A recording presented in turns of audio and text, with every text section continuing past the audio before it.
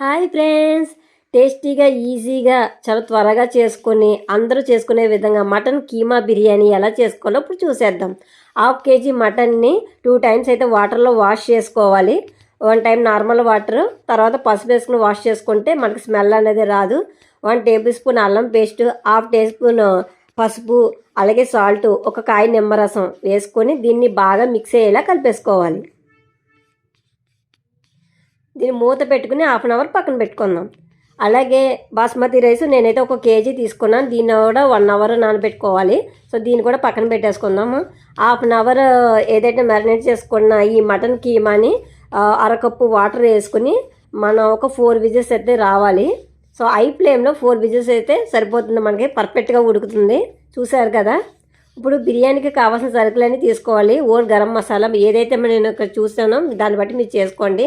అలాగే కడాయి పెట్టుకుని 1/2 cup oil, 1/2 cup butter, నేనైతే బటర్ వేసాను, మీరు నెయ్యి వేసుకుంటే ఇంకా బాగుంటుంది.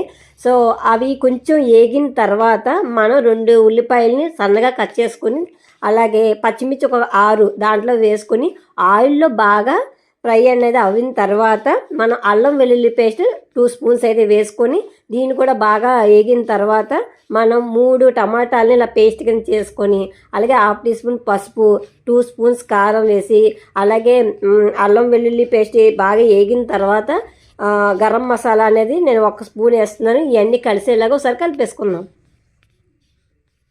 తర్వాత ఈ బిర్యానీకి కావాల్సిన ఉప్పు తగినంత మీ టేస్ట్కి తగ్గట్టు వేసుకోండి. దీన్ని కూడా ఒకసారి కలిసేలా కలిపేసుకొని కొత్తిమీర అయితే 1 కప్ వేసుకున్నాను. మీరు పుదీనా ఉంటే పుదీనా కూడా వేసుకోండి, బాగుంటుంది.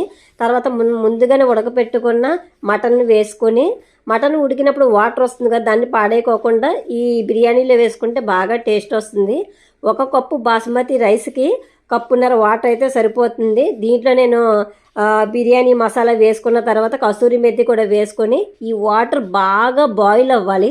చూసారు కదా. ఇలా బాయిల్ అయిన తర్వాత మనం ముందుగా 1 అవర్ నానబెట్టుకున్న బాస్మతి రైస్ని అయితే దీంట్లో వేసేసుకొని కొంచెం కొత్తిమీర వేసుకుందాము. ఒక్కసారి కలుపుకోవాలి. తర్వాత దీన్ని మూత పెట్టేసుకొని 10 నిమిషాలు హై ఫ్లేమ్లో అయితే పెట్టాలి.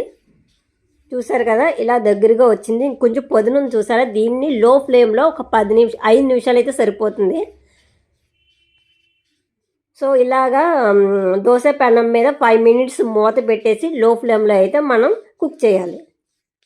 చూసారు కదా, పర్ఫెక్ట్గా అయ్యింది. నచ్చిందా? మీరు కూడా ట్రై చేయండి. Thanks for watching.